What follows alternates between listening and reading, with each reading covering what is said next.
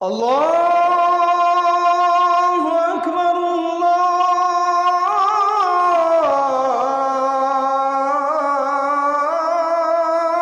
আকবার। আল্লাহ সুবহানাহু ওয়া তাআলা ইরশাদ করেন, ওয়া ইন্না মিন শিআতিহি লা ইব্রাহিম, এবং নিশ্চয়ই ইব্রাহিম আলাইহিস সালাম তাদের অনুগামীদের অন্তর্ভুক্ত। নিশ্চয়ই ইব্রাহিম আলাইহিস সালাম তাদের অনুগামীদের অন্তর্ভুক্ত। তাদের বলতে এখানে এর পূর্ববর্তী নবীদের। এই সূরায় এর আগে নূহ আলাইহিস সালামের কথা এসেছে যে প্রত্যেক নবী আল্লাহ রাব্বুল আলামিনের পক্ষ থেকে তাওহীদের বাণী নিয়ে এসেছিলেন, রিসালাতের বাণী নিয়ে এসেছেন, আল্লাহ রাব্বুল আলামিনের একত্ববাদ প্রতিষ্ঠা করেছেন। ইব্রাহিম আলাইহিস সালামও তাদেরই অন্তর্ভুক্ত ছিলেন। ইয জাআ রাব্বাহু বিকলবিন সালিম, যখন ইব্রাহিম আলাইহিস সালাম কলবে সালিম মানে বিশুদ্ধ চিত্তে বা একাগ্রতার সাথে একনিষ্ঠভাবে তার প্রতিপালকের কাছে উপস্থিত হলো, মানে তার প্রতিপালকের দিকে অভিমুখী হলো। কখন? যখন ছোটবেলায় তিনি দেখলেন যে তার বাবা মূর্তি পূজারীদের একজন বড় ধর্মীয় নেতা, মুশরিকদের ধর্মীয় নেতা। তার নাম কি ছিল? আজার। ভাবা যায় যে ইব্রাহিম আলাইহিস সালাম, যাকে আমরা মুসলিম জাতির পিতা বলছি, তার বাবা ছিলেন একজন নট অনলি মূর্তি পূজারীদের ধর্মনেতা। ঠিক যেমন আবু জেহেল, আবু লাহাব, উতবা, শাইবা এরা ছিল মুশরিক। তাদের কওম কোরাইশের বনু হাশিম থেকে মুহাম্মদুর রাসূলুল্লাহ সাল্লাল্লাহু আলাইহি ওয়াসাল্লামের জন্ম। আসহাবুল কাহফের যে বাবারা ছিল, তারা ছিল ওই সময়কার বড় বড় মুশরিক কাফেরদের লিডার। তাদের সন্তান ছিল আসহাবুল কাহফ। তো যেখানে ইব্রাহিম, মানে যেখানেই শিরক সেখানে ইব্রাহিম, যেখানে আজার সেখানে কে? ইব্রাহিম। যেখানে আবু জাহেল সেখানেই মুহাম্মদ সাল্লাল্লাহু আলাইহি ওয়াসাল্লাম। যেখানেই মক্কার জাহেলিয়াত সেখানেই তাওহীদ। যেখানে যত বেশি জাহেলিয়াত সেখানে তত শক্ত মুমিনদের উত্থান হবে ইনশাআল্লাহ। আমরা আশা করি এই আখিরুজ্জামানের শহর ঢাকাতেও তাওহীদপন্থী যুবকদের উত্থান হবে ইনশাআল্লাহ।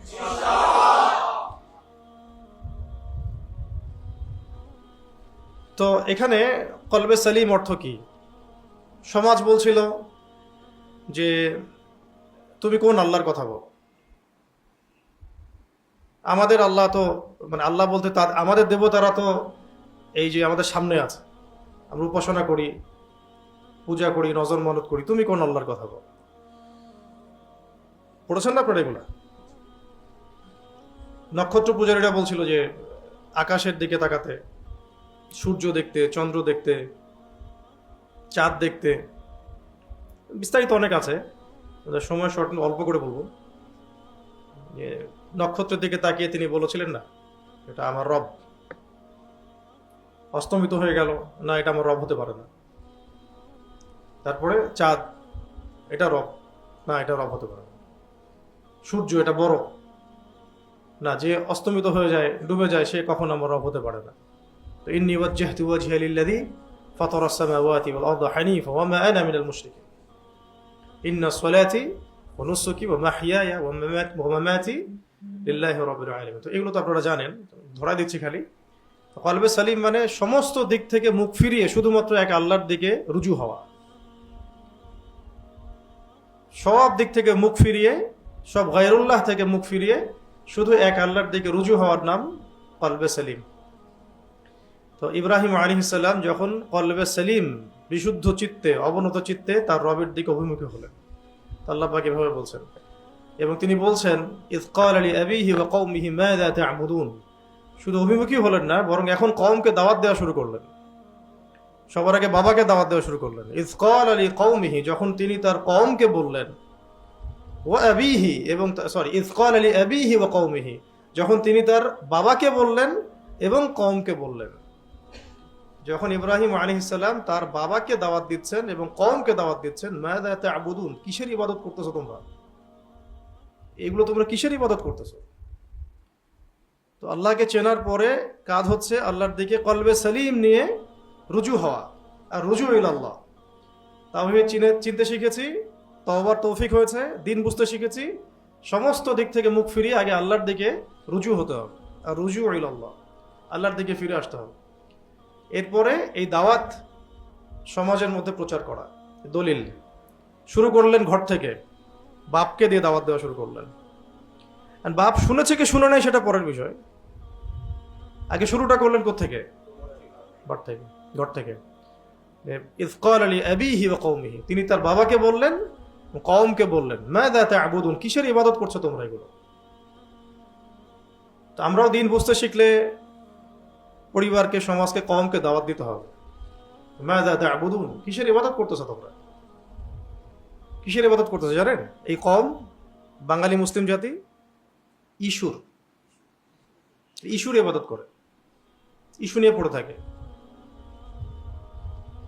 দাজ্জাল বের হবে ভাব, যাদেরকে নিয়ে বিশ্বটাকে সে শাসন করবে, এরা সারা বিশ্বের প্রত্যেক ডিপার্টমেন্ট নিয়ন্ত্রণ করতেছে। আমরা যেখানে বসে দিনের কথা বলছি, এখানে অন দ্য স্পট আমাকে কপালে গুলি করার মতো ক্ষমতা রাখে তারা। এখন প্রযুক্তি ওদের কাছে এই পর্যায়ে, বিশ্বের প্রত্যেকটা জায়গায় এইভাবে নিয়ন্ত্রণ করে তারা। পুরো বিশ্বটাকে রাজনৈতিকভাবে ক্যাপচার করার জন্য ইউনাইটেড নেশনস তৈরি করছে তারা। পুরো ওয়ার্ল্ডের অর্থনীতির চাবিকাঠির জন্য তারা ওয়ার্ল্ড ব্যাংক, IMF এগুলো ফর্ম করছে। গোল্ড দিনার, সিলভার দিরহাম উঠাই দিছে, কাগজের টাকা ধরাই দিছে, ইলেকট্রনিক মানি ধরাই দিছে, তারপরে সামনে ক্রিপ্টোকারেন্সি ধরাই দিয়েছে আর কি। আরও সামনে আসবে ক্যাশলেস সোসাইটি, মানে মানুষের কোনো এখতিয়ার থাকতেছে না ইকোনমির উপরে। তারপরে হাতের ভিতরে চিপ ঢুকাই দেবে কয়দিন পরে, হাতের ভিতরে চিপ, ওইটা দিয়ে সবাইকে কন্ট্রোল করতেছে। যেমন আপনি ডেটাবেস নিয়ন্ত্রণ করছেন বাসায় বসে, অফিসের কি হচ্ছে না হচ্ছে একটা চিপের মাধ্যমে, এরকমই আপনার বডির ভিতরে ইনজেক্ট করবে। এটা ওদের প্ল্যান। ভ্যাকসিনেশন ওদের প্ল্যান। হ্যাঁ, করোনার মধ্য দিয়ে মানব জাতিকে আসলে ধোকার মধ্যে রাখা, আর কত প্ল্যান। মানে শয়তানের সবচেয়ে সেরা প্ল্যানগুলো এদের কাছে আছে। বেশিরভাগ তো চিনতেই পারছে না কোনটা সত্য কোনটা মিথ্যা, কোনটা হক কোনটা বাতিল, আসলেই কোনটা বাস্তব কোনটা ইলিউশন, এটা বুঝতেই পারছে না মানুষ। কিভাবে মাথা নিয়ন্ত্রণ করতেছে মানুষের, তার আগমনের সময় কাছাকাছি আসতেছে। সে অলরেডি হোলি ল্যান্ডের প্রায় 70% ক্যাপচার করে ফেলছে। 30% ক্যাপচার করতে আর কয়দিন লাগবে। এরপর ইরাকের ইউফ্রেটিস থেকে মিশরের নীলনদ পর্যন্ত ক্যাপচার করে নেওয়ার প্ল্যানও। এদিকেও সে আস্তে আস্তে অগ্রগামী হচ্ছে। সেদিন বেশি হয়তো দূরে নাই যেদিন আমরা দেখবো যে ডলার পড়ে গেছে, ডলার এবং পেট্রোডলার দুটোই পড়ে গেছে, এবং ইসরায়েল নতুন করে কারেন্সি পৃথিবীতে নিয়ে আসছে। ওই কারেন্সি হবে সুপার কারেন্সি, রুলিং কারেন্সি। যেমন ডলার এখন রুলিং কারেন্সি, আপনি অ্যাব্রোডে গেলে ডলার ছাড়া আপনি কেনা বেচা করতে পারছেন না। এই ধোঁকাবাজি যারা বুঝে ফেলেছে তারা বিকল্প কারেন্সির ফিকির করেছে, কিন্তু তাও কত কষ্ট হচ্ছে রাশিয়ার, ইরানের, তাই না? কেউ ব্রিক্স গঠন করলো যে নতুন কারেন্সি নিয়ে আসবে, পারলো? এখনো কিন্তু পারে নাই। এটার মাস্টার মাইন্ড আছে একটা, এরা এগুলোর পিছনে আছে। এটা ওয়ার্ল্ডের প্ল্যান ওদের। তারপরে প্রত্যেকটা বড় মিডিয়া ওদের ক্যাপচার। বড় মিডিয়াগুলোর আন্ডারে যত আঞ্চলিক ছোট মিডিয়াগুলো আছে, আমাদের এই যে রামবাম সুশীলদের যে মিডিয়াগুলো, এগুলো এদের সাথে লেজুর বৃত্তি করা। ওরা যে ভাষায় কথা বলবে তারাও সেই ভাষায় অনুবাদ করে দিবে আপনাকে শুধু। হ্যাঁ, সারা দুনিয়া গারাত হয়ে যাক, এদের কোনো মাথা ব্যথা নাই। আপনারা বুঝতে পারতেছেন না যে কিসের ভিতরে রাখা হয়েছে আপনাদেরকে আর আমাদেরকে। সবকিছু পরিকল্পিত, কোনো কিছু অপরিকল্পিত না, এবং আমাদের মগজ নিয়ে খেলা হচ্ছে। তারপরে যত বড় প্রযুক্তিগুলা যার ধার কাছে আমাদের চিন্তা নাই, সেগুলো ওরা ক্যাপচার করে বসে আছে। এবং আরও যে 30 বছর 40 বছর পরের যে প্ল্যান ওদের, ওটা আরও যে কত ভয়ঙ্কর, এটা বুঝতে আমাদের আরও হয়তো 10 বছর লাগবে। বিয়ে শাদী নিয়ে এত কথা হচ্ছে না, ও বিয়ে শাদী ওরা বাদ, ওরা এখন এআই রোবট বিয়ে করবে কয়দিন পরে, তো মেয়ের ধার কাছেই যাবো না। হ্যাঁ, ওরাই চিন্তা করছে তো, এআই রোবটকে বিয়ে করবে, একদম মানুষের মতোই নাকি, সবকিছু মানুষের মতোই। মানে দেখেন, মাখলুক মাখলুক সৃষ্টি করার মতো চ্যালেঞ্জ তারা নেওয়ার চেষ্টা করছে, আমরাও সৃষ্টি করব।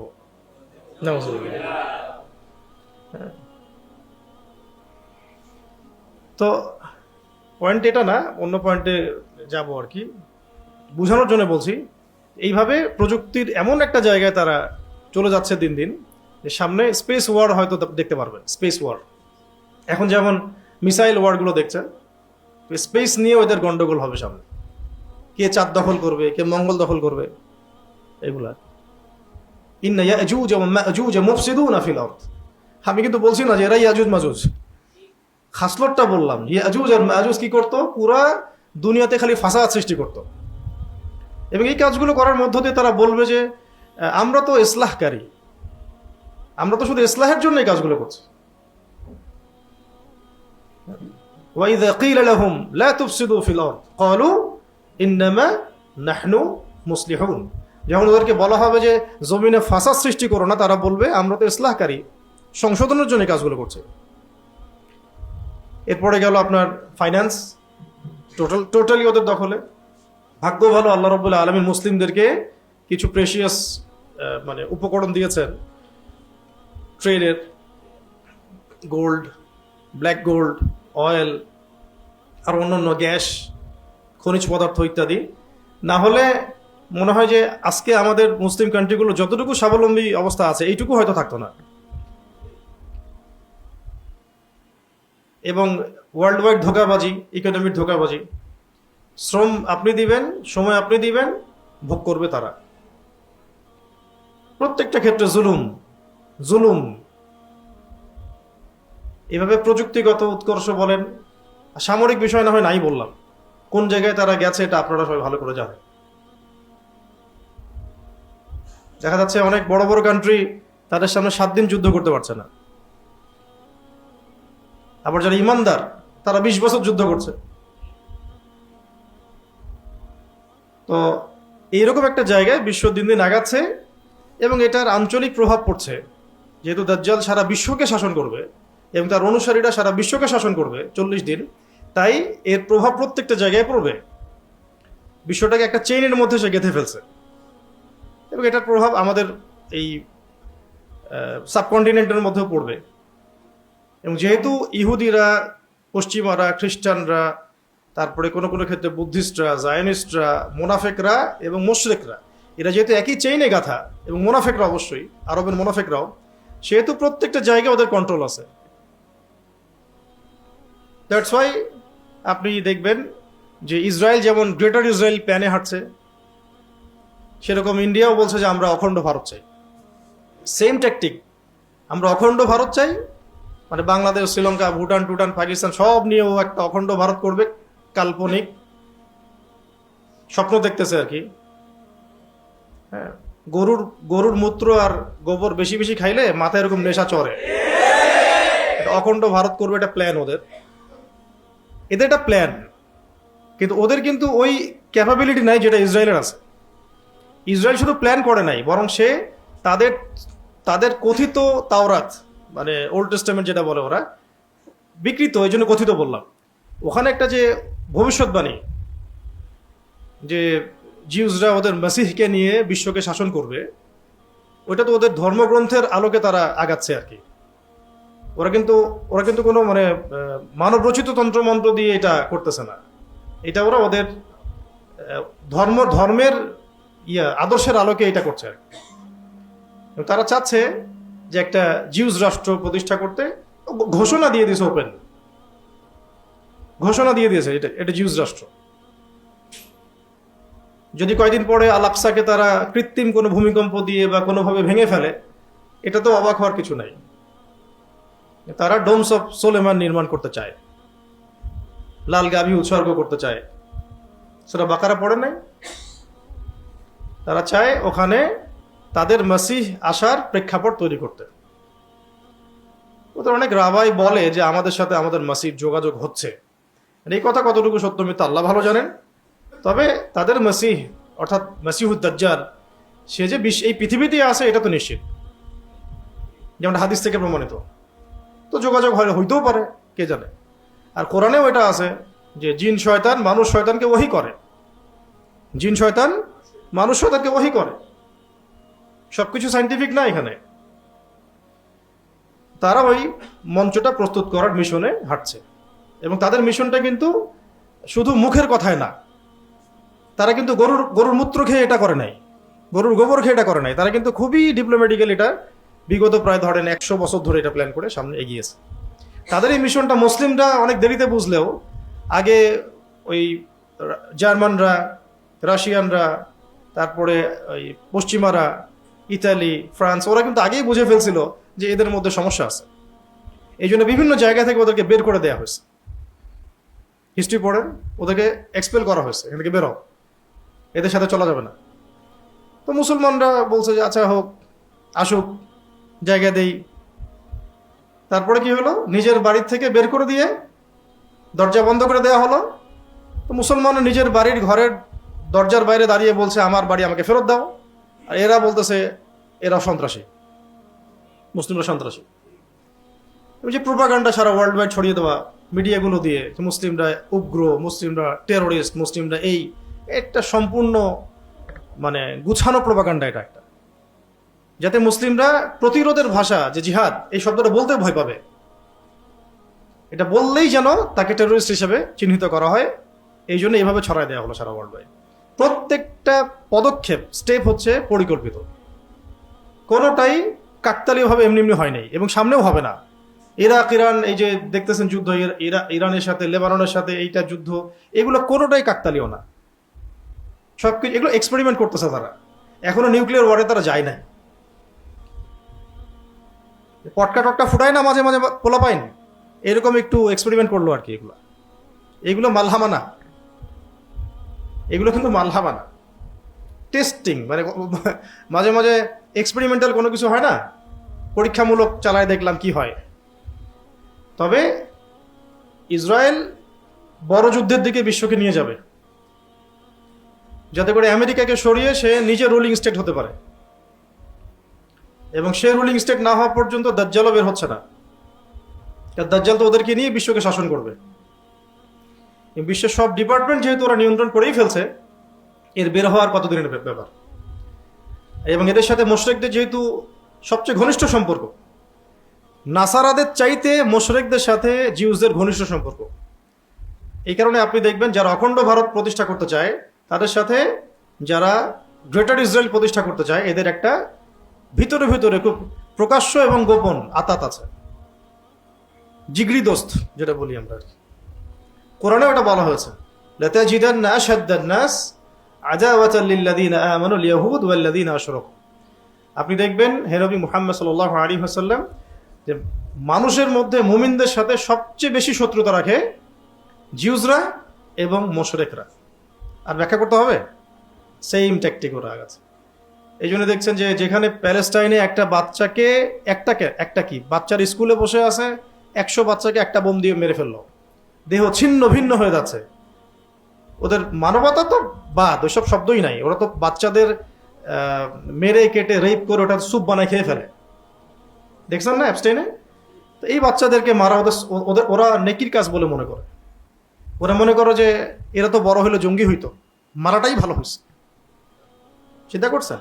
আর এখানে দেখেন আপনি যে মুসলিমদের কবরস্থানে আগুন দিচ্ছে, বাড়ি ঘর জ্বালায় ফেলতেছে, বলতেছে রামরাজ্য কায়েম হয়ে গেছে। আপনারা কি ডটস মিলাইতে পারতেছেন?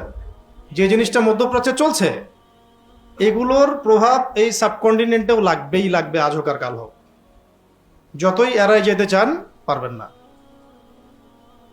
একটাই রাস্তা, তো দুইটা রাস্তা আর কি। একটা হলো ওদের সাথে দাসত্ব করা, ওদের দাসত্ব করে পা চাটা, যেটা কখনো কখনো ক্ষেত্র বিশেষে সরকার করলেও জনগণ চায় না। বহু ক্ষেত্রে সরকার বিভিন্ন জায়গায় গভর্নমেন্ট যদিও অ্যালায়েন্স করে, বন্ধুত্ব করে ফেলে, সমঝোতা করে ফেলে, জনগণ ইমানদাররা চায় না এটা, তখন কনফ্লিক্ট তৈরি হয়। আরেকটা রাস্তা হলো এদের সাথে প্রতিরোধের ভাষায় কথা বলা, যে ভাষায় তারা কথা বলবে সেই ভাষায় রিপ্লাই দেওয়া। এগুলো এড়িয়ে যাওয়ার কোনো সুযোগ নাই সামনে। আজকে থেকে 10 বছর আগে ভারতের ওলামায়ে কেরামরাও চিন্তা করতে পারে নাই যে 10 বছর পরে ভারতের মতো জায়গায় গরুর মাংস নিয়ে মুসলমানরা হাঁটতে পারবে না। ভাবছিল? আজকে থেকে 10 বছর আগে ভারতের ওলামায়ে কেরাম এটা ভাবছিলেন যে আজকে থেকে 10 বছর পরে এমন একটা সময় আসবে গরুর মাংস সাথে করে নিয়ে হাঁটা যাবে না? বলেন আপনারা। কিন্তু বাস্তবতা কি এমন না? ভাবছিল যে মুসলিম মেয়েদেরকে রাস্তায় হাঁটতে পারবে না, তুলে নিয়ে চলে যাবে, রেপ করবে, গণধর্ষণ করে মেরে ফেলবে, বাড়ি ঘরে আগুন দিয়ে দিবে, ব্যবসা প্রতিষ্ঠান ধ্বংস করে দিবে, মুসলিমদের কবর থেকে উঠায় জ্বালাই দিবে, পুড়াই দিবে। এখন আপনারা যারা এখন বাংলাদেশে বসে আছি, আমরা যারা, আপনারা কি ভাবতে পারতেছেন আগামী 10 বছর পরে এমন কিছু আমাদের সাথেও হইতে পারে? কেউ ভাবতে পারতেছে না, বা কেউ ভাবতে চাচ্ছেও না। কিন্তু আপনারা এই সম্ভাবনাকে উড়াই দিতে পারেন না। কিন্তু এটার উপযুক্ত কোনো প্রস্তুতি আমাদের নাই। ইমানি প্রস্তুতি, আমলি প্রস্তুতি, জামাবদ্ধ প্রস্তুতি, শারীরিক প্রস্তুতি, মানসিক প্রস্তুতি, রাষ্ট্রীয় প্রস্তুতি, অর্থনৈতিক প্রস্তুতি, সামরিক প্রস্তুতি, প্রযুক্তিগত প্রস্তুতি কিচ্ছু নাই। আছে কে দুটা বিয়ে করলো আর কোন মাদ্রাসায় কি হইল। ভাবখানা এমন যে স্কুলে কখনো কিছু হয়ই নাই, কলেজে কিছু হয়ই না, হ্যাঁ, সেকুলার জায়গাগুলোতে কিছু হয়ই না, যত দোষ মাদ্রাসা আর হুজুরের। এমনভাবে হুজুরকে হাইলাইট করা হচ্ছে, মনে হচ্ছে সে যেন জিনা করছে। আর ঘরে ঘরে জিনা, ব্যভিচার, পতিতালয় লাইসেন্স, মদের লাইসেন্স, চাঁদাবাজি, সমঝোতা, ধর্ষণ, লুটতরাজ, জোরজার মুল্লুকতার, হাদি ভাই জয় বাংলা হয়ে গেল, হাদি ভাইয়ের ইস্যু সব গায়েব, পড়ে আছে ফেসবুক নিয়ে। জুলাই নাই, গায়েব। ইসলাম একটু শক্তিশালী অবস্থায় আসবে একটা সম্ভাবনা তৈরি হয়েছিল, সেটাও নাই হয়ে গেল। ঐক্য, মুসলিমদের ঐক্য ভ্যানিশ হয়ে গেল। ব্যালট বাক্সের চারপাশে সবাই নিজের গন্তব্য হারায় ফেললো। কত বড় বড় সিংহ ওই ব্যালটের নেশায় পড়ে বিড়াল হয়ে গেল। হ্যাঁ, ইসলামী দলদের ঐক্য নষ্ট হয়ে গেল। হাদি ভাইকে মানুষ ভুলে গেল। হ্যাঁ, ওই ছেলেটাকে ওই যে রাস্তায় পিটাই মারছিল প্রথমে, একটা ছেলেকে শোয়ায় একদম থেতলা করে দিল মাথায়, ইস্যু গায়েব হয়ে গেল। তারপরে কতগুলো বলবেন আপনি, কতগুলো বলবেন? সব বাদ। এখন এইভাবে মিডিয়া দিয়ে পরিকল্পিতভাবে আমাদের ব্রেইনগুলোকে ওয়াশ করা হচ্ছে। নির্দিষ্ট মূল যেটা লক্ষ্য, যে এই জমিনটা আমাদের, এই জমিনে আমাদের কাজ হচ্ছে নিজেরা আল্লাহ পাকের দিন পালন করব এবং এই দিনটাকে প্রতিষ্ঠা করার চেষ্টা করব, এখান থেকে সরাই দেওয়া হবে।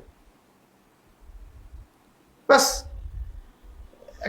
একটা আলোড়ন সৃষ্টি হলে পরেই এরকম কিছু না কিছুকে সামনে নিয়ে আসা হয়। আর মাশাআল্লাহ আমাদের জাতিটাও মাশাআল্লাহ সুবহানাল্লাহ মারাত্মক লেভেলের, হ্যাঁ, লাজবাব। যে ভাবখানার মধ্যে সবাই নিজের আল্লাহর ওলি, তাদের কোনো গোনা তো নাই। যত বুজুর্গ সব তো ফেসবুকেই থাকে। সামনে যে মানে কাফেরদের পক্ষ থেকে বড় একটা ধাক্কা আসতে পারে, বা কাফেরদের যারা বন্ধু তাগুত এদের পক্ষ থেকে ধাক্কা আসতে পারে, আরও যে সিচুয়েশন খারাপ হতে পারে, এবং আমরা যে ট্র্যাপড, কোনো দিকে যাওয়ার জায়গা নেই, আমাদের প্রস্তুতি গ্রহণ করা দরকার সব দিক থেকে, মাথায় কাজ করতেছে না এগুলো। দেখবি এগুলো নিয়ে তেলের সমস্যা গায়েব, শেষ। গ্যাসের সমস্যা গায়েব, পেট্রোল পাম্পের সমস্যা গায়েব, লাইন ধরে দাঁড়া থাকে মোটরসাইকেল সব গায়েব। ইস্যু এখন একটাই, মাদ্রাসার হুজুর কি করছে। অথচ এটা প্রমাণিত না, এটা প্রমাণিত হয়নি। রিপোর্ট করা ছাড়া, রিমান্ড দেওয়া ছাড়া। মিডিয়াতে ছবি তোলার হিরিক দেখছেন? এই কাজটা তো এর চেয়ে তো জঘন্য কত কাজ রামবামরা করছে। মিডিয়াকে আপনি এত অ্যাক্টিভ দেখছেন কখনো? মিডিয়া থেকে অ্যাক্টিভ দেখবেন আপনি সবসময় হুজুরদের পেছনে। এই হলো বাস্তবতা বাংলাদেশে। কি করবেন, কাকে ওয়াজ করবেন, কি বুঝাবেন? নিজেদের চোখ নিজেরা না খুললে আর কে খুলে দিবে? এখন পর্যন্ত আমাদের উপরে যা হচ্ছে এগুলো আমরা ডিজার্ভ করি। আমাদের উপরে যা হচ্ছে, জিল্লতি, লাঞ্ছনা, অপদস্থতা, এগুলো আমরা ডিজার্ভ করি। আমাদের এর চেয়ে ভালো কিছু হওয়া উচিত না এখন পর্যন্ত। আর ধরাই দিছে সবার হাতে হাতে একটা ফোন, সোশ্যাল নেটওয়ার্কিং। আমার কাছে পাবলিক টয়লেটের মতো মনে হয় বিষয়টা। যে কেউ আসতে পারে, টয়লেট করে চলে যেতে পারে, এর চেয়ে বেশি কিছু না এটা। ভাবখানা এমন যে বলতেছে সে কত বড় পণ্ডিত, সামনে নিয়ে এসে দেন একটা সূরা তেলাওয়াত করতে পারে না, সে অন্যকে ধুয়ে রেখে দিচ্ছে একদম।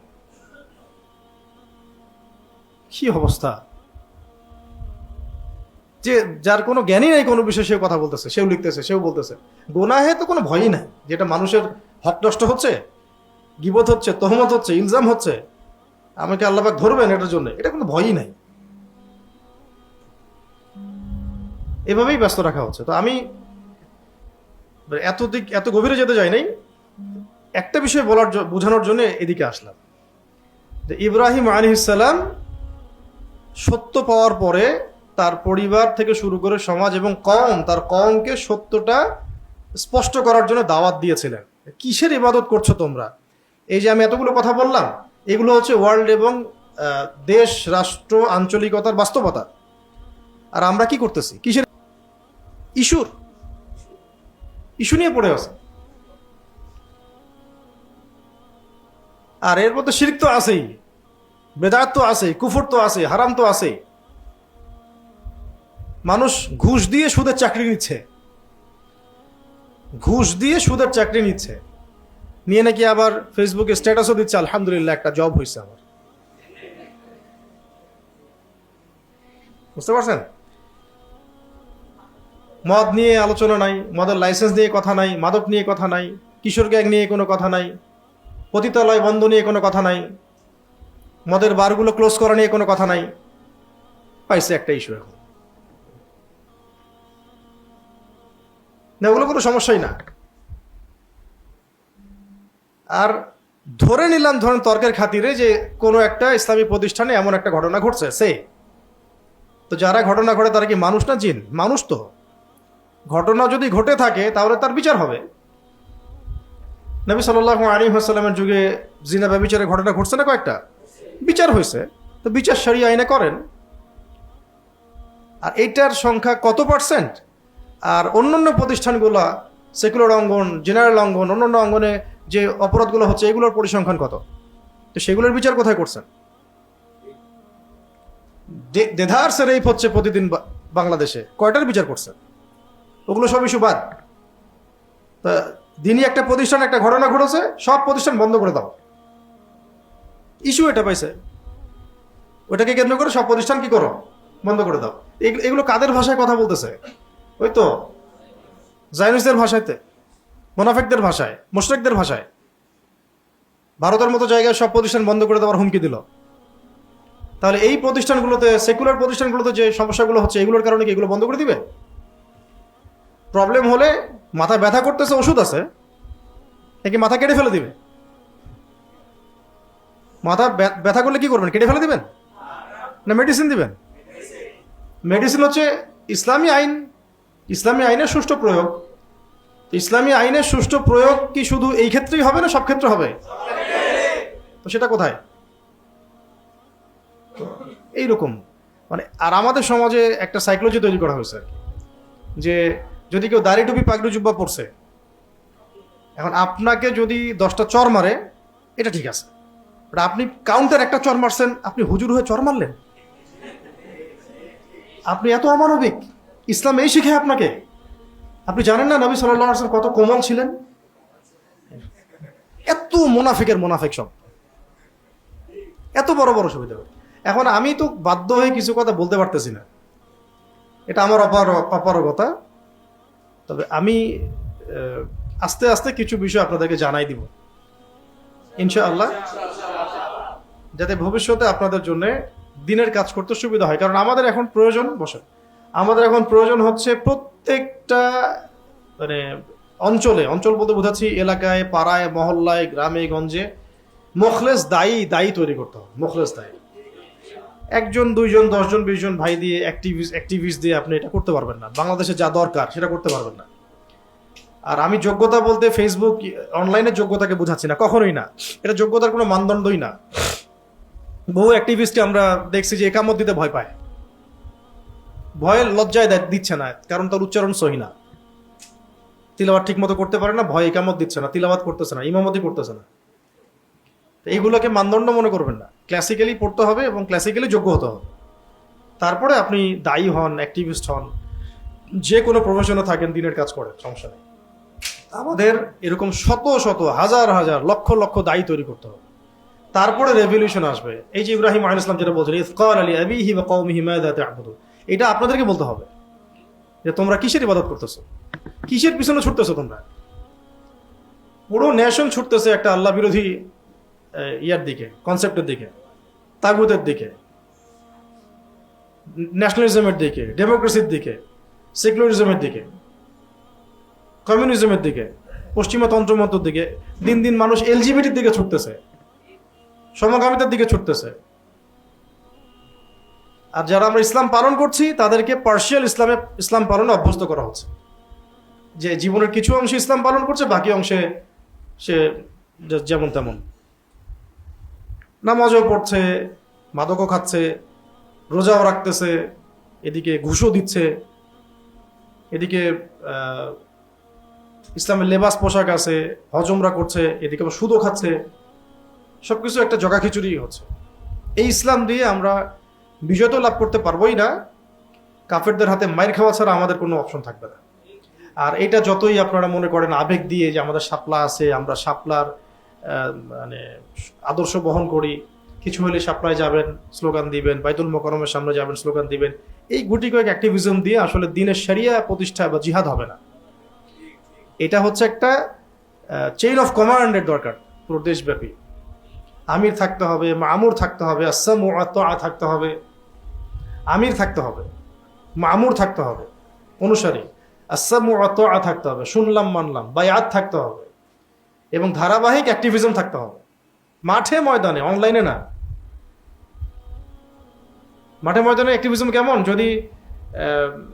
যদি কোনোভাবে আমাদের আপা কামব্যাক করেন, আপনি দেখবেন যে তার যারা অনুসারী ছিলেন তারা মুহূর্তেই সব জায়গায় সেট আপ রেডি হয়ে গেছে।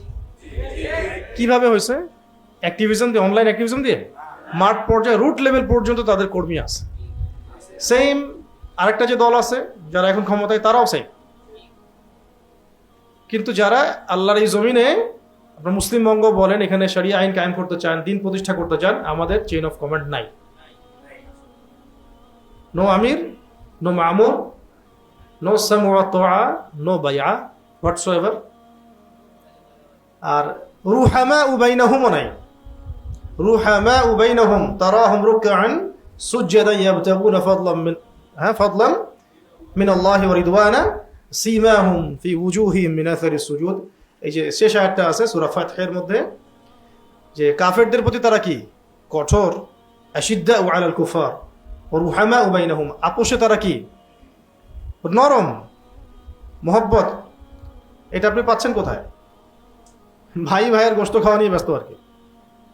বাংলাদেশের প্র্যাকটিসিং মুসলিমদের মধ্যেও, অন্যদের কথা বাদ দিলাম, সবচেয়ে মজাদার খাবার হচ্ছে গীবত। কি আলেম আর কি জালেম। প্র্যাকটিসিং মুসলিমদের মধ্যেও সবচেয়ে মজাদার খাবার হয়ে গেছে এখন গীবত।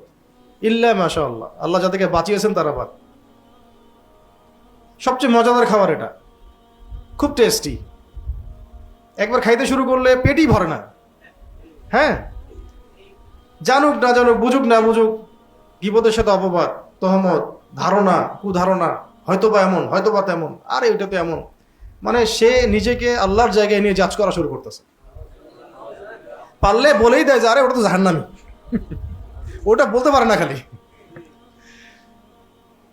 তো এগুলো দিয়ে ভাই দিনের ওই কাঙ্ক্ষিত বিজয়টা হবে না। ইব্রাহিম আলাইহিস সালামের মতো আমাদেরকে আগে এইভাবে কওমকে প্রশ্ন করা শিখতে হবে যে মাযা তা'বুদুন, কিসের ইবাদত করতেছো তোমরা, এগুলা কি করতেছো তোমরা।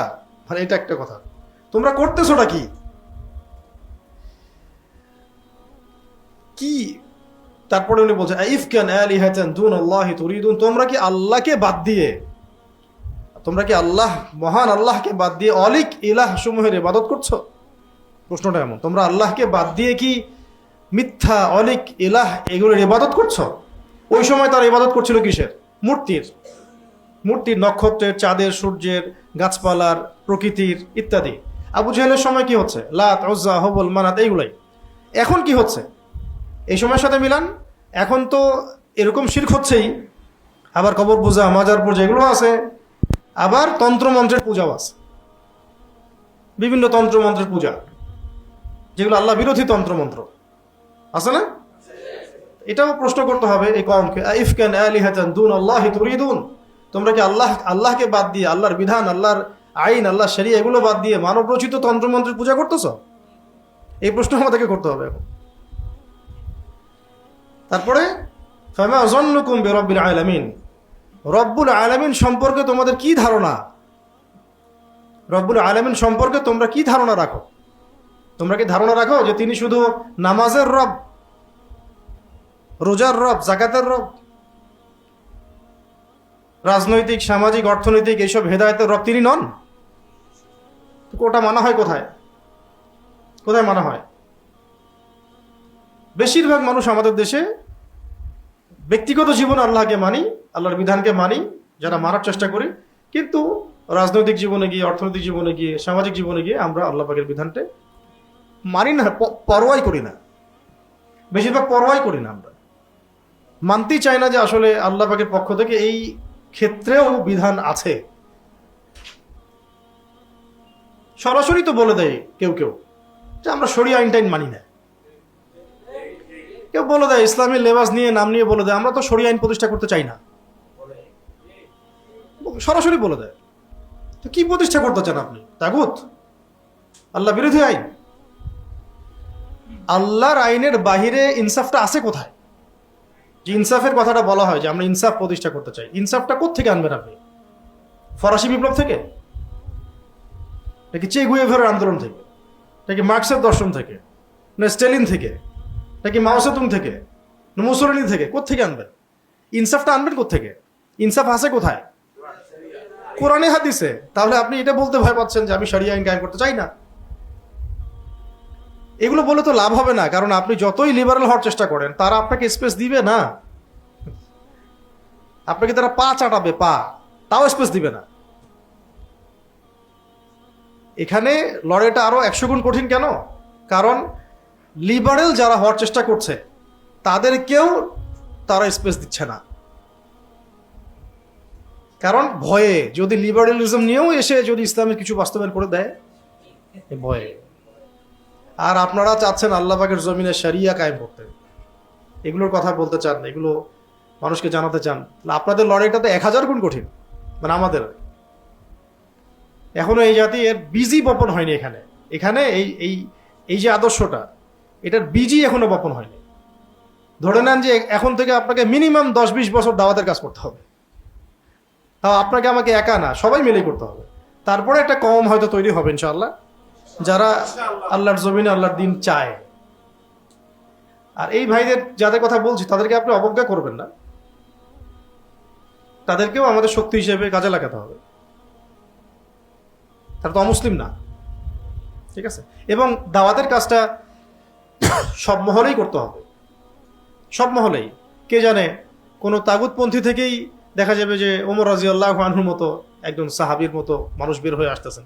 সাহাবীর মতো বলতে বোঝাচ্ছি যে ওই আদর্শের, যেমন ওমর রাদিয়াল্লাহু আনহু দারুন নাদওয়া থেকে বের হয়ে আসলেন না, বের হয়ে এসে ইসলামের বলিষ্ঠ সৈনিক হয়ে গেলেন, খোলাফায়ে রাশেদাদের মতো অন্তর্ভুক্ত হয়ে গেলেন, প্রকাশ্যে ইসলামের দাওয়াত শুরু হয়ে গেল, একাই পুরো 100 জনকে চ্যালেঞ্জ করা শুরু করলেন। এরকম বহু মানুষ বের হয়ে আসবে ইনশাআল্লাহ, যারা এখনো হয়তো যারা দেখা যাবে তাগুতের কোনো বাহিনীতে আছে, অথবা কোনো পলিটিশিয়ান, মানে পলিটিক্সের মধ্যে আছে, অথবা হারামের মধ্যে আছে, অথবা আল্লাহদ্রোহী কোনো মতবাদের মধ্যেই আছে, এমনকি নাস্তিকও আছে, সেও হয়তো বের হয়ে আসবে। দাওয়াত সব মহলেই দিতে হবে। তো ফামা যান্নুকুম বিরাব্বিল আলামিন। এরপরে আয়াতে এসেছে 88 নম্বর আয়াতে, ফানাযারা নাযরাতান ফিন নুজুম। এবার তিনি ওই নক্ষত্রের দিকে তাকালেন, নজর দিলেন। নক্ষত্র তারকারাজিগুলোর দিকে তাকালেন কে, এবং বললেন ফাকালা ইন্নী সাকিম, এবং বললেন যে আমি অসুস্থ, আমি অসুস্থ। কখনকার ঘটনা বুঝতে পারছেন তো? ওটা তো ব্যাখ্যা করছি না। ওই যে পুজো হবে, মেলা হবে, ওটা তো জানেন তো আপনারা। হ্যাঁ হ্যাঁ, তুমি যাবা কিনা, ওইটা শর্টকাটে বলা হচ্ছে এখানে আর কি, সামারি করে। ফানাযারা নাযরাতান ফিন নুজুম ফাকালা ইন্নী সাকিম। তিনি তারকার রাজির দিকে তাকালেন এবং বললেন যে আমি অসুস্থ। সত্যি কথা বলতে চতুর্দিকে যখন আপনি গুনাহ দেখবেন, শিরক দেখবেন, কুফর দেখবেন, পাপ আর পাপ, এই যে আমাদের কওম ইস্যু নিয়ে দিশেহারা, আপনিও বলবেন যে আমি অসুস্থ। আমি কি ভাই, আমি আকাশের দিকে তাকায় বলবেন যে আমি তো অসুস্থ। বুঝতে পারছেন কথাটার মানে গভীরতা কোথায়? উনি কিন্তু ফিজিক্যালি এখানে অসুস্থতা বুঝান নাই, ওনার মন ভালো নাই, আমি মেন্টালি এখনো সিক না, মানে আমি মেন্টালি সাউন্ড না, এখন আমি ভালো লাগছে না এগুলো আমার কাছে। এটা এড়িয়ে যাওয়ার জন্য, সব ফিতনাগুলো এড়িয়ে যাওয়ার জন্য তিনি বলেছেন আমি অসুস্থ। এটা মিথ্যা কথা না, কিন্তু এটা কৌশল করা। চতুর্দিকে গান বাজতেছে ধুম ধারাক্কা, আপনি কি করবেন? আয় এখানে, আয় পার্টিতে, আপনি বলবেন যে আমি ভাই অসুস্থ আছি, তোরা যা। এরকম না, আপনি মেন্টালি অসুস্থ, মানসিকভাবে আপনি ভালো নাই, কারণ আপনার মন এটা সায় দিচ্ছে না। এটা একটা খুব ভালো একটা আয়াত, মানে খুব চমৎকার একটা আয়াত। কিন্তু এরকম সিচুয়েশনে মুমিনরা পড়বেই এই ফিতনার জামানায়, যখন বলতে আপনি বাধ্য হবেন যে আমি অসুস্থ, আমি পারবো না। তো এরপরে ফাতাওয়াল্লাউ আনহু মুদবিরিন, ফাতাওয়াল্লাউ আনহু মুদবিরিন, এরপর তাকে রেখে তারা সবাই চলে গেল। তাকে বলতে কাকে? ইব্রাহিম আলাইহিস সালামকে রেখেই তারা চলে গেল। যখন আপনি আপনার জায়গায় অটল থাকবেন, তারা আপনাকে ছেড়ে দিবে। আপনি কনফ্লিক্টে যান নাই, বলেছেন যে আমি এসবের সাথে একমত না, আপনারা যান, পড়েন, আমি অসুস্থ, চলে গেছে ওরা। এবার তিনি যেটা করলেন, ফারাগা ইলা আলিহাতিহিম, এবার তিনি ফারেগ হলেন। ফারেগ হলেন মানে হচ্ছে কি হলেন? নিজের, হ্যাঁ, ফারেগ হলেন মানে অবসর পেলেন এমন না, মানে তিনি পুরোপুরি সন্তর্পণে ধীরে সুস্থে প্ল্যান করে দেবতাগুলোর দিকে গেলেন। দেবতাগুলো বলতে ওই সময়কার যে মূর্তিগুলা। ফাকালা আলা তাকুলুন, এবার গিয়ে তাদেরকে বলছেন যে আলা তাকুলুন, তোমরা এগুলো খাবা না? দেবতাগুলোকে বলছেন ফাকালা আলা তাকুলুন, তোমরা এগুলো খাবা না? খাবারগুলো খাবি না তোরা? এরকম কথা। এইভাবে বললে আবার আমাদের অনেক সুশীল বের হয়ে যাবে। আপনি কি দেবতাদেরকে গালি দিলেন? হ্যাঁ, ধর্মীয় অনুভূতিতে আঘাত করলেন নাকি? না, বরং আমরা আমাদের কমিউনিটির মধ্যে যে হিন্দু ধর্মাবলম্বী ভাইরা আছেন, ওই অর্থে ভাই বললাম আর কি, আদম সন্তান, শরিয়ার দৃষ্টিকোণ থেকে, ধর্মের দৃষ্টিকোণ থেকে তো ভাই না, আদম আলাইহিস সালামের সন্তান। তো তাদেরকে আমরা বলতে চাই যে এখানে ইব্রাহিম আলাইহিস সালাম যে একটা মূলনীতি অবলম্বন করেছেন, এটা আপনি আপনার দেবতার সামনে গিয়ে করেন। দেবতার সামনে দাঁড়ায় বলেন আলা তাকুলুন, তুমি খাবা না এটা? দেখেন কি অ্যান্সার আসে। তুমি খাবা না? সূরা মারিয়ামে আরো আছে যে হে আমার ইয়া আবাতি, হে আমার বাবা, তুমি লিমা তা'বুদু, তুমি এমন ইলাহের ইবাদত কেন করো? মা লা ইয়াসমাউ, যে শুনে না, মা লা ইয়াসমাউ ওয়ালা ইউবসিরু, এবং দেখেও না।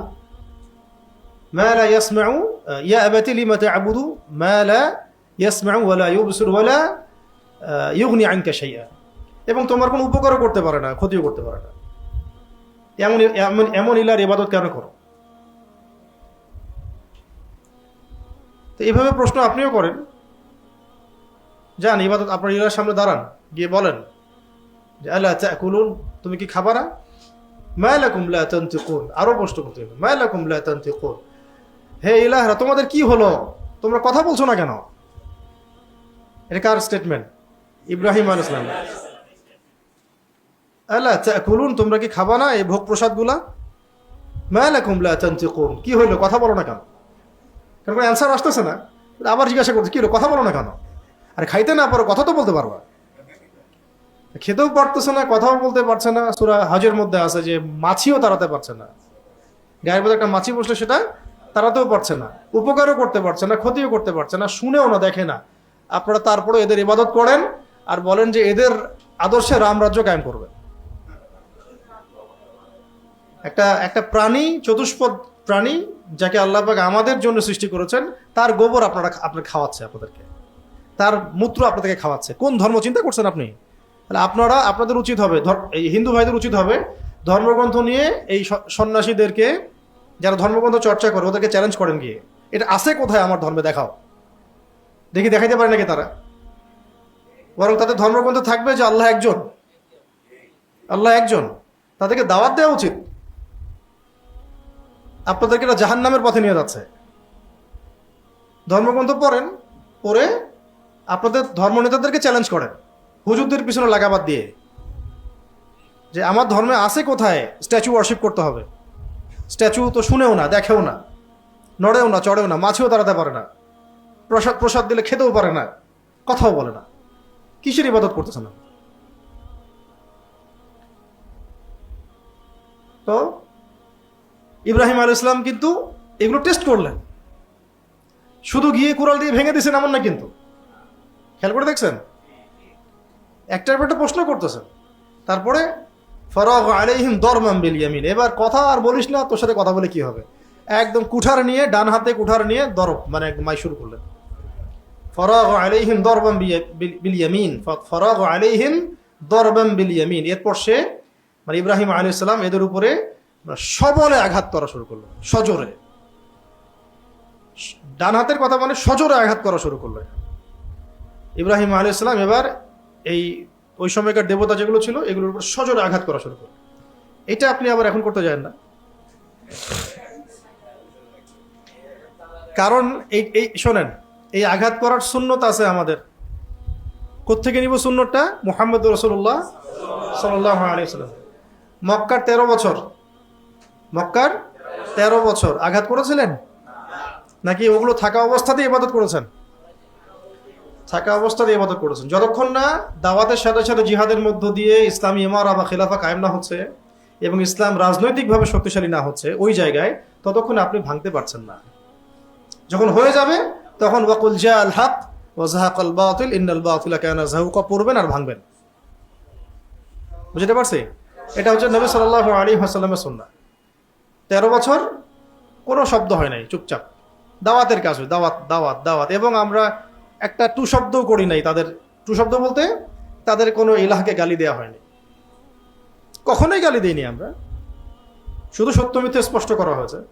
ওই সময় কোনো রকমের সামরিক বা এরকম আঘাত করা, ভেঙে ফেলা কিছুই করা হয়নি, বরং হিজরত করে চলে যাওয়া হয়েছে। পরবর্তীতে মদিনা ইসলামী রাষ্ট্র কায়েম হয়েছে। এই রাষ্ট্র থেকে আরও দাওয়াত ও জিহাদের মধ্য দিয়ে টেরিটরি এক্সপ্যান্ড করেছে। পরে মক্কা বিজয় হয়েছে। সেই মক্কা বিজয় হওয়ার পরে কোনো মূর্তির অস্তিত্ব রাখা হয় নাই, সবগুলোকে ভেঙে ফেলা হয়েছে। কারণ ওই জায়গায় তখন মুসলিমদের কর্তৃত্ব প্রতিষ্ঠা হয়েছে। এই জায়গায় কি আপনি আসছেন এখনো? আমাদের মানে কি যে বুঝ, সুবহানাল্লাহ, সিরাতের অনেকের আল্লাহ বুঝদান করেন। মক্কা বিজয় না করেই একদম এই মক্কা বিজয়ের মতো গণক্ষমা করে দেয়, বলে মাফ করে দিলাম, কারণ মক্কা বিজয় নবী সাল্লাল্লাহু আলাইহি ওয়াসাল্লাম মাফ করে দিয়েছেন। আপনি কি মক্কা বিজয় করছেন যে সবাইকে গণহারে মাফ করে দিলেন? বরং যত বড় বড় ফ্যাসিস্ট জালেম যারা ছিল, তাদেরকে ক্ষমার পর ক্ষমাটাই তো অন্যায় হয়েছে। এর ফলশ্রুতিতে নতুন রূপে, নতুন শক্তি নিয়ে আবার জালেম এবং জুলুম ফিরে আসবে। জালেম এবং জুলুম নতুন নতুন শক্তি নিয়ে ফিরে আসবে, বিকজ আপনি মক্কা বিজয় না করেই গণক্ষমার দিকে গেছেন আর কি। ওই ক্ষমা অবশ্য মানে ওই ছাড় দেওয়ার যে মানসিকতা, এটা আবার ইসলামপন্থীদের ব্যাপারে দেখা যায় না। ইসলামপন্থীদের ব্যাপারে ছাড় দেওয়ার মানসিকতা আবার আপনাদের দেখা যায় না, বরং তাদের ভুল না থাকলেও ভুল বের করা, হ্যাঁ, কিভাবে আন্ডারস্টিমেট করা যায়, কিভাবে লেগে থাকা যায়, কিভাবে ডমিনেট করা যায়, এগুলোই চলতে থাকে। কিন্তু বাস্তবতা কি জানেন? বাস্তবতা হচ্ছে যে অদূর ভবিষ্যতে এই দাড়ি টুপিওয়ালা মোল্লাদের হাতেই আপনাদের বিচার হবে ইনশাআল্লাহ। কারণ দাড়ি টুপিওয়ালা মোল্লারাই সামনে বিশ্বের শাসন ক্ষমতা পেতে যাচ্ছে। এটা শুনলে হাসবে এরা, কিন্তু এটা বাস্তব, এটাই বাস্তব। সেটা আমরা হবো কিনা জানি না। আমাদের যে অবস্থা, ইমান আমলের, তাকওয়ার, দ্বীনের বুঝের, হয়তো বা আমরা সেই দাড়ি টুপি বলা না, কিন্তু দাড়ি টুপি বলা যোগ্য মানুষদের হাতেই আল্লাহ পাক ক্ষমতা দিবেন, এটা নিশ্চিত। আমরা বলছি না আমরাই তারা, আমরা তো আসলে হিসেবেই পড়ি না, কোনো দিক থেকে যোগ্য না। আমরা যোগ্য হলে তো আমরা এতদিন করতামই, যোগ্য হলে তো এতদিন আমাদের হাতে হয়তো চলেই আসতো। আমরা যোগ্য না, কিন্তু যোগ্য কম আসবে নিশ্চিত, এটা ইনশাআল্লাহ। এখন আমাদের কাজ হচ্ছে প্রজন্ম থেকে প্রজন্ম এই দাওয়াতগুলো ছড়ায় দেওয়া। এখন যে প্রজন্মকে আল্লাহ কবুল করবেন ইনশাআল্লাহ সেই প্রজন্মের হাতেই বিজয় হবে, ব্যাস। তো এটা তো শুনলেন, কি করলেন তিনি, ওগুলো কি করলেন। তো এখন কি আপনি ভাঙবেন? এই কাজ করতে যান না। ফরাগ আলাইহিম দরবাম বিল ইয়ামিন, সবলে তিনি আঘাত করলেন। ফাকবালু ইলাইহি ইয়াজিফুন, এবার লোকেরা ছুটে আসলো তার দিকে। কোন লোকেরা? যাদের ইলাহ, তারা সবাই ছুটে আসলো। ক্বাল আতা'বুদুনা মা তানহিতুন, এবার ইব্রাহিম আলাইহিস সালাম ভয় পান নাই, বরং তিনি উল্টা প্রশ্ন করলেন যে আতা'বুদুনা মা তানহিতুন, তোমরা কি তাদের ইবাদত করো যাদেরকে তোমরা নিজের হাতেই সৃষ্টি করেছো? তোমরা কি তাদের ইবাদত করো যাদেরকে তোমরা নিজ হাতে সৃষ্টি করেছো? ওয়াল্লাহু খালাকাকুম, আল্লাহ তোমাদেরকে সৃষ্টি করেছেন। ওয়া মা তা'মালুন, আর তোমরা যে আমল করো, মানে তোমরা নিজের হাতে যাদেরকে সৃষ্টি করেছো, এটাও কার সৃষ্টি? আল্লাহর সৃষ্টি। তো প্রকৃতপক্ষে আল্লাহই তোমাদেরকে সৃষ্টি করেছেন এবং তোমরা যা তৈরি করো সেটাও। তাই তোমরা আসলে আল্লাহকে বাদ দিয়ে কার ইবাদত করছো? ক্বালু বুনু লাহু বুনিয়ানান, এবার তাদের কোনো অ্যানসার নাই। ভালো করে এই জায়গাটা খেয়াল করে, তাদের কোনো উত্তর নাই। এই যে প্রশ্নগুলো অকাট্য প্রশ্ন না, কার ইবাদত করো, কথা শুনে না, দেখে না, মাছি তাড়াইতে পারে না, খায় না, কথা বলে না, নিজের হাতে সৃষ্টি করেছো, আল্লাহকে বাদ দিয়ে কার ইবাদত করছো? সিমিলারলি এই সমাজে যেগুলো হচ্ছে, যে মতবাদগুলা, যে আদর্শগুলা, যে রিবা, যে জুলুম, যে ওই পশ্চিমাদের তন্ত্রমন্ত্র থেকে শুরু করে শিরক, কুফর, হারাম, মানবরচিত বিধান, এগুলো কোত্থেকে আসে? সব কিছুই আল্লাহ বিরোধী। তো এই যে তোমরা এগুলোর ইবাদত করছো, কি হুজ্জাত, তোমাদের প্রমাণ কি, এর পিছনে দলিলটা কি?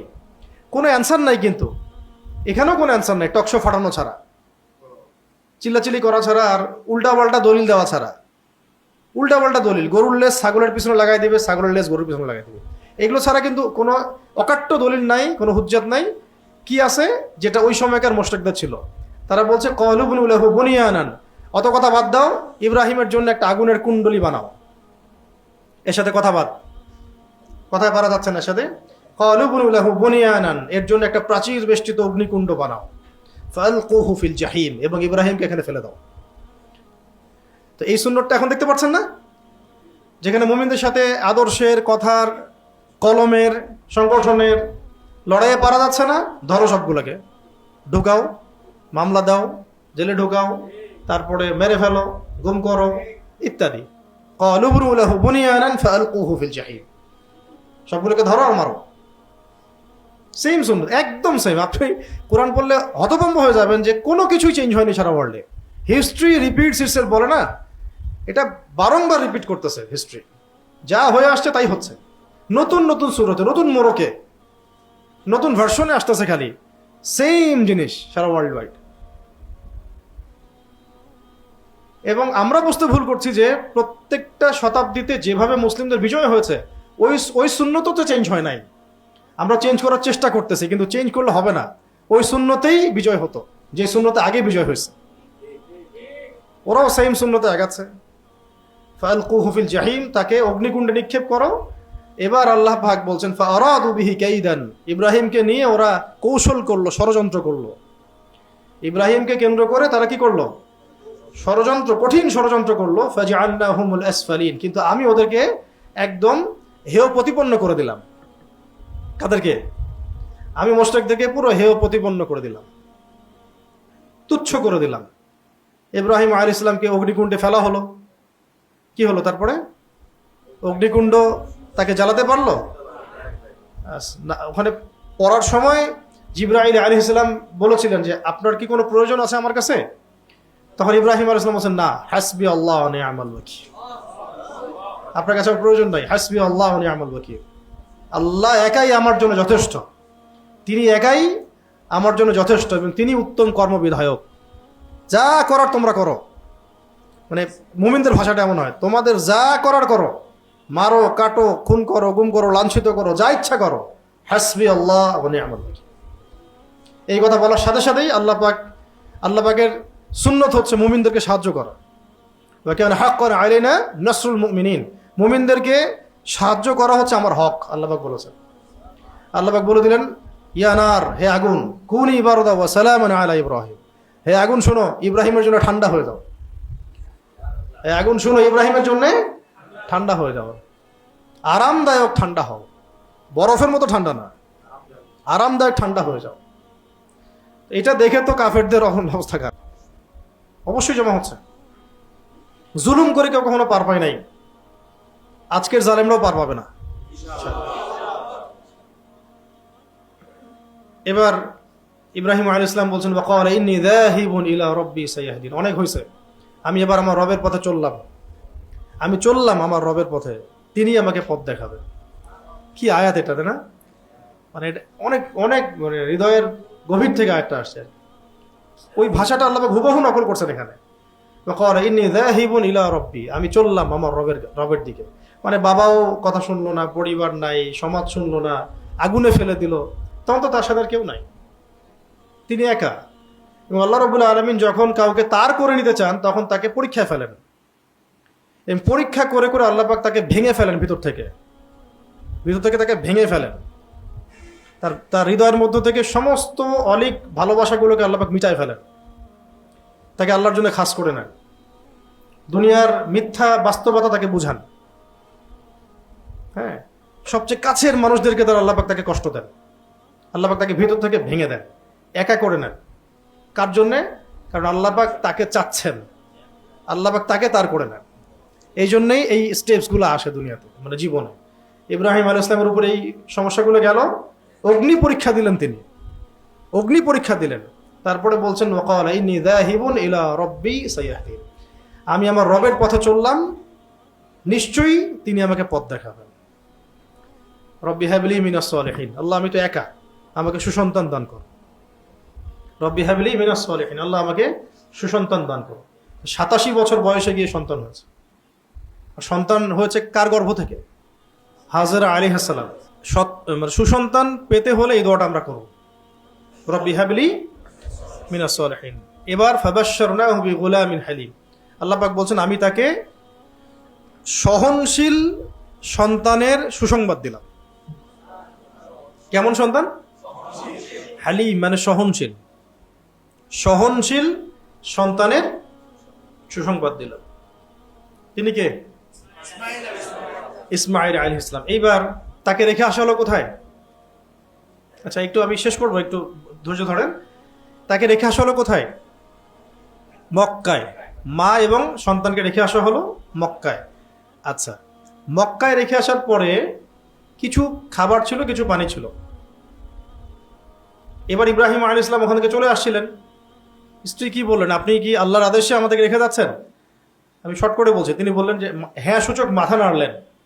তো তিনি তখন কি বলেছিলেন যে তাহলে আল্লাহ রাব্বুল আলামিন আমাদেরকে ধ্বংস করবেন না, যদি আপনি আল্লাহর আদেশে আমাদেরকে এখানে রেখে গিয়ে থাকেন তাহলে আল্লাহ আমাদেরকে ধ্বংস করবেন না।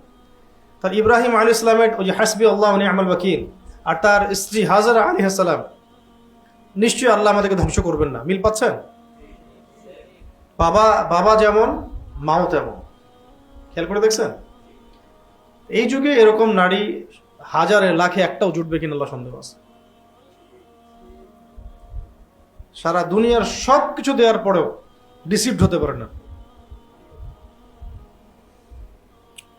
এই জন্যে আমি বিষয়টাকে এখন আর কি আপনাদেরকে সতর্ক করার জন্যে, বা হয় না যে কারো তিক্ত অভিজ্ঞতা আছে, সে আপনাকে ডিরেকশন দিচ্ছে, এবং এই ডিরেকশনটা কিন্তু হাজারটা ডিরেকশন হচ্ছে ভালো হবে, যে কিছু কিছু ক্ষেত্রে আবেগ, ইমোশন, তাড়াহুড়া, নফসের ধোঁকা, এগুলো মহব্বত, অন্ধ ভালোবাসা, এগুলোতে না পড়ে বিচক্ষণতার সাথে পুরো খোঁজখবর নেয়া, সময় নেয়া, হিস্ট্রি জানা, ঘাটা, ফ্যামিলি ব্যাকগ্রাউন্ড সব কিছু বিবেচনা করে একটা ডিসিশনে যাওয়া বেটার।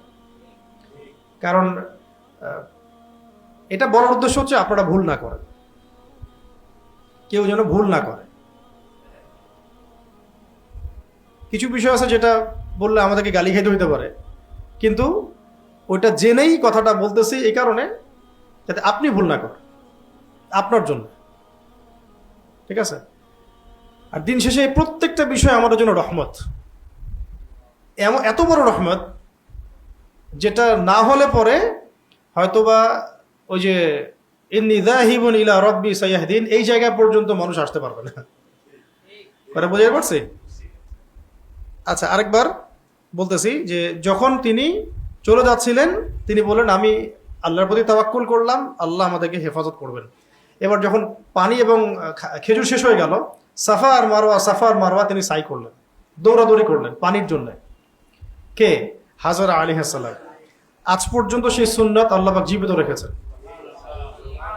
উমরা যান, হজে যান, আপনি সাই করতে হবে।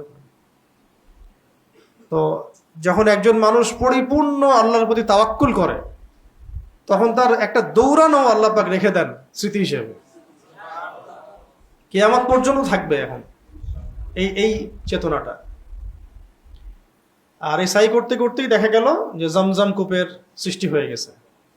আল্লাহ পাকের অলৌকিক গায়েবী মাদত চলে আসলো, যে কূপের পানি এক ফোঁটাও এখন পর্যন্ত কমে নেই, এখন ওই অবস্থাতেই আছে। যে নিয়াতে খাবেন সেই নিয়াত পূর্ণ হয়ে যায়। জমজমের পানি খাওয়ার একটা দোয়া আছে, এটাও শিখাই দিই। আল্লাহুম্মা ইন্নী আসআলুকা ইলমান নাফিআন ওয়া রিজকান ওয়াসিআন ওয়া শিফাআন মিন কুল্লি দা। আল্লাহুম্মা, হে আল্লাহ, ইন্নী আসআলুকা, আমি তোমার কাছে প্রার্থনা করছি, ইলমান নাফিআন, উপকারী জ্ঞান, ওয়া রিজকান ওয়াসিআন, প্রশস্ত রিজিক, ওয়া শিফাআন মিন কুল্লি দা, সমস্ত রোগ থেকে শেফা। এটা দোয়া। এছাড়াও যে কোনো দোয়া করে খাওয়া যাবে। তো এখন দেখেন জমজম সৃষ্টি হয়ে গেছে কার স্মৃতিতে? ওই হাজরা আলাইহিস সালাম, ইসমাইল আলাইহিস সালাম। এখনো এই যে হজ উমরা করতে গেলে এগুলো পরে যদি যান তাহলে উপলব্ধি করতে পারবেন প্রত্যেকটা কাজ। আচ্ছা, শেষ করি। এরপরে যখন তিনি বড় হলেন, বাবা আবার আসলেন ফিলিস্তিন থেকে, ওখানে থাকেন সারা আলাইহিস সালাম। কোথায়? ওই যে শামে।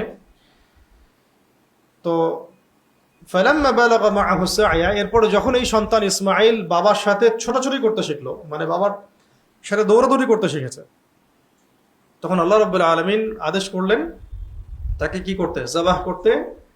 তখন ইব্রাহিম আলাইহিস সালাম বলেন, ক্বালা ইয়া বুনাই ফালাম্মা বালাগা মাআহু সা'য়া, যখন সন্তান বাবার সাথে চলাফেরা করতে শিখলো, ক্বালা ইয়া বুনাইয়া, ইব্রাহিম আলাইহিস সালাম বললেন, হে আমার সন্তান, ইন্নী আরা ফিল মানামি, নিশ্চয়ই আমি আমার স্বপ্নে দেখেছি, আন্নী আযবাহুকা, আমি তোমাকে জবাহ করছি, ফানজুর মাযা তারা, তোমার রায় কি আমাকে বলো।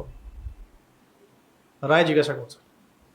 একমাত্র আদরের সন্তান, বাবাই জানে সন্তানের প্রতি আকর্ষণ, টান, মহব্বত কেমন।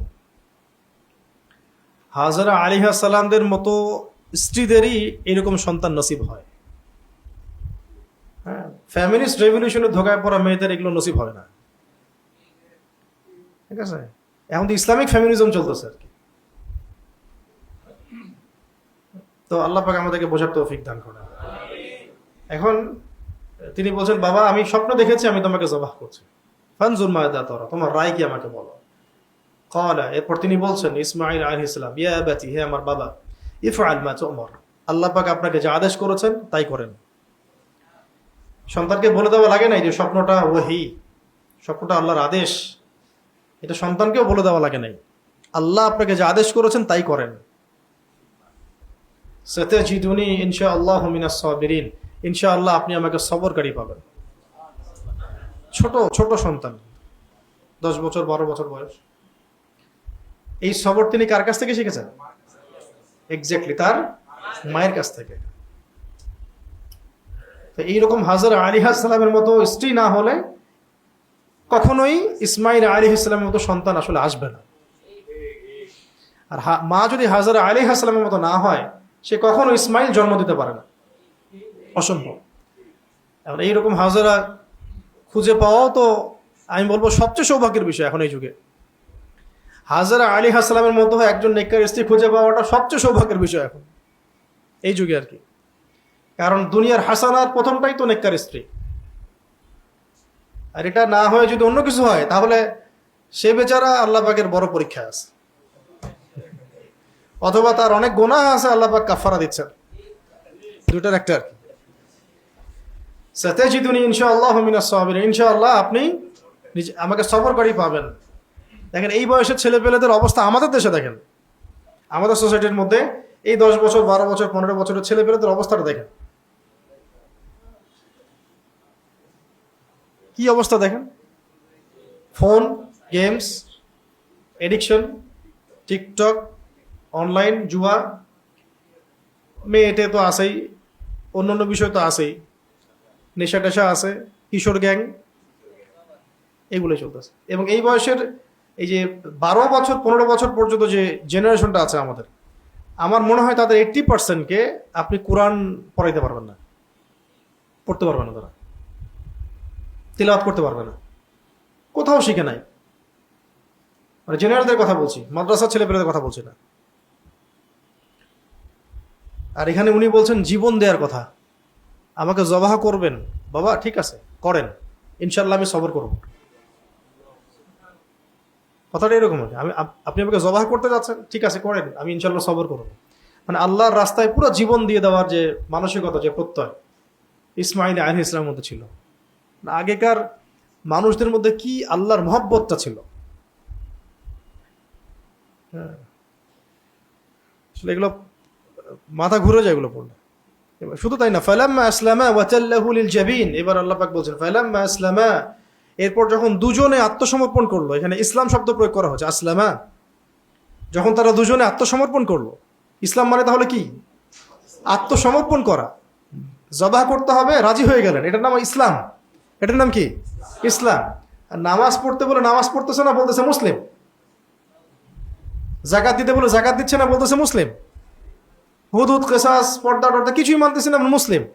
ইসলাম শব্দের অর্থ কি তাহলে? আল্লাহর সামনে আত্মসমর্পণ করা, অবনত চিত্তে আল্লাহ পাকের আদেশ মেনে নেওয়া।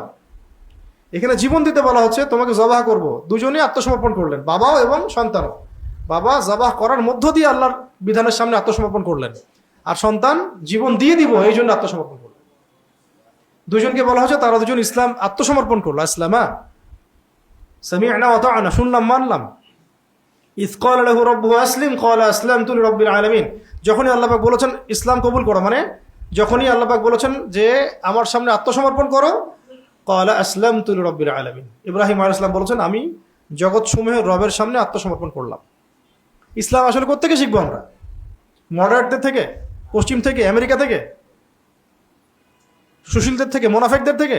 ইসলামের ডেফিনেশনটা আসবে কোত্থেকে? এখান থেকে। আল্লাহ পাকের বিধান চলে আসছে, চুপচাপ চোখ বন্ধ করে মেনে নিতে হবে, এর নাম ইসলাম। কোনো প্রশ্নও করা যাবে না এখানে। এখানে তারা কোনো প্রশ্নও করেন নাই, কেন করব, বাচ্চাকে কেন জবাই করব, আমি তো ছোট, আমাকে কেন জবাই করবেন, আমার তো কোনো অপরাধ নাই, এর পিছনে যুক্তি কি, বিজ্ঞান কি, দর্শন কি, কোনো প্রশ্ন আছে? কোনো প্রশ্ন নাই। এটা তো একটা নিখাত, মানে কি বলবো, এটা একটা হচ্ছে খাঁটি মৌলবাদী কনসেপ্ট। এটা একটা কি খাঁটি মৌলবাদী কনসেপ্ট। আপনারা হাসতেছেন, এটাকে আপনি কিভাবে ডিফাইন করবেন? এখানে কি বলেছেন সন্তান যে আমাকে যুক্তি দেন, বিজ্ঞান দেখান, দর্শন দেখান, কি রিজন, এমনকি রিজনটা কি সেটা বলেন। আব্বা জবাই যে করবেন, কি রিজন? রিজন একটাই, আল্লাহ পাকের আদেশ, এই তো। তো সেই আদেশ আমাদের সামনে আসলে আমরা বিজ্ঞান খুঁজি, দর্শন খুঁজি, হ্যাঁ, যুক্তি খুঁজি, তর্ক খুঁজি, যুগের সাথে মিলাই। এই যুগে সুদ না খেয়ে থাকা যায়, এই যুগে আল্লাহর আইন বাস্তবায়ন করা যায়, এই যুগে এইসব এত কঠোর ইসলামের কথা বলা যায়, এই যুগে আবার জিহাদ আছে, কত প্রশ্ন। এই যুগে পর্দা করলে কেমনে কাজ করবো? ইসলাম তো আমরা এখনো আসলে বুঝি নাই, সত্যি কথা। ইসলাম তো এখনো বুঝিনি আমরা। ইসলাম তাহলে কি? আল্লাহর বিধান চলে আসবে, চোখ বন্ধ করে মানা। এটা প্রমাণ হতে হবে যেটা আল্লাহর বিধান, প্রমাণ হয়ে গেলে চোখ বন্ধ করে মানা। এখন তারা এই শব্দ দিচ্ছে ধর্মান্ধ, অন্ধভাবে ধর্ম মানেন আপনি, মৌলবাদী, ফান্ডামেন্টালিস্ট। এগুলো না হলে তো আমি ইসলাম মানতে পারবো না। আল্লাহ রাব্বুল আলামিন আদেশ করবেন, আমি চ্যালেঞ্জ করব, কেন নামাজ পড়তে বললেন, কেন রোজা রাখতে বললেন আল্লাহ, আপনি কেন হজ করতে হবে, কেন জাকাত দিতে হবে, এটাকে প্রশ্ন করবেন আপনি? তো প্রশ্ন না করলে তো আমাকে চুপচাপ অন্ধভাবে মেনে নিতেই হচ্ছে, তো আমি তো ধর্মান্ধই হলাম, সমস্যা কি? আজীব একটা ব্যাপার। এগুলো শব্দগুলো বের করে মানে মূলত অন্য ধর্মকে কোণঠাসা করার মানে চেষ্টা করা হয় নাই। এই শব্দগুলোকে ব্যবহার করে শুধু মুসলিমদেরকে কোণঠাসা করার চেষ্টা করা হয়েছে, আপনার মতো সন্দেহ ঢুকিয়ে দেওয়া।